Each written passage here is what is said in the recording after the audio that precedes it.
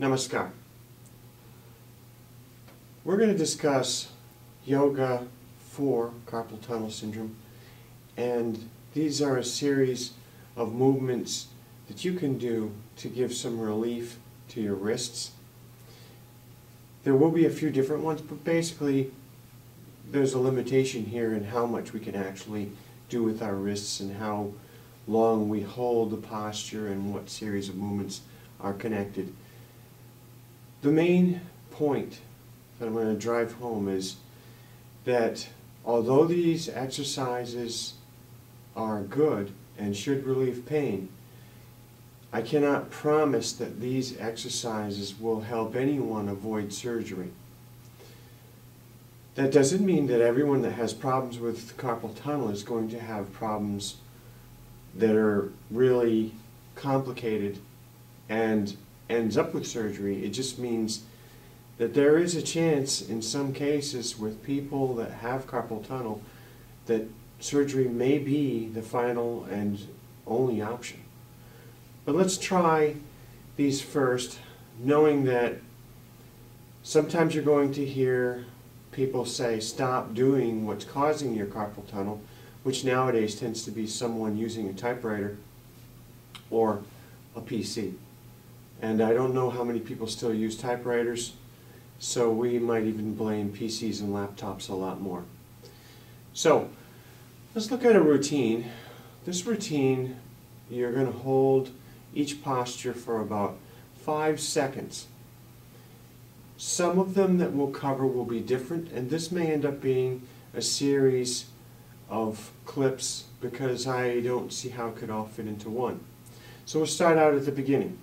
We're going to bring the arms out and we're going to bring the hands up this way, and you stretch your fingers back towards your face. You're going to stretch them for about 5 seconds, and I think I've talked for about 5 seconds.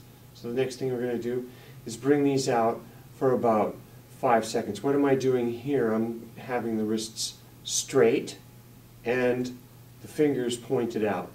Now, the next thing I'm going to do is tighten up my fists, and this should be for about 5 seconds, and not too hard on the tightening, and then roll the wrists down this way. You're going to feel, when you start to become mindful about this, you're going to feel this in your wrists, you're going to feel it in your forearms. Okay, next we release right here and we bring the fingers out and we just stretch the wrists from this point. Good. And in some cases you may want to shake it out. When would you do this? You would do this before you're going to have a computer session, before you're going to type. Obviously this could happen to somebody who plays piano or anything intricate where they're using their fingers a lot.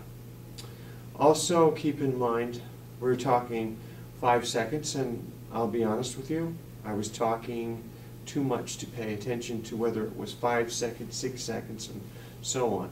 So 5 seconds up, 5 seconds here, 5 seconds here, 5 seconds here, 5 seconds there. Okay? The other thing to keep in mind, you shouldn't do this just one time. That was a series of movement, just like vinyasa, so you should do this possibly up to 10 times. And this would be before you do your routine, whether it's on the PC or whatever it is that's causing you pain. Also, there is another matter to consider, and that is whenever you do any of these exercises, you have to pay attention and see how they feel. If they don't feel good or they're making the situation worse, then you stop doing them and you try something else. Sometimes hot or cold therapy works. If I have arthritis in my wrists, that will not be good if I'm going to use cold. So these are things you also want to discuss with your doctor or your primary care physician or specialist. And the other point to drive home is that you want to see how you feel each day. It may not instantly, pain may not instantly go away, and for some of you pain might go away right away. So it's one of those things where you have to try it out and see if it works. We're going to do, in the next film, is we're going to hold some movements a little longer. I'm also going to show you some later on that will be more of a continuous motion. With that in mind, I'd like to wish you farewell. Om Shanti.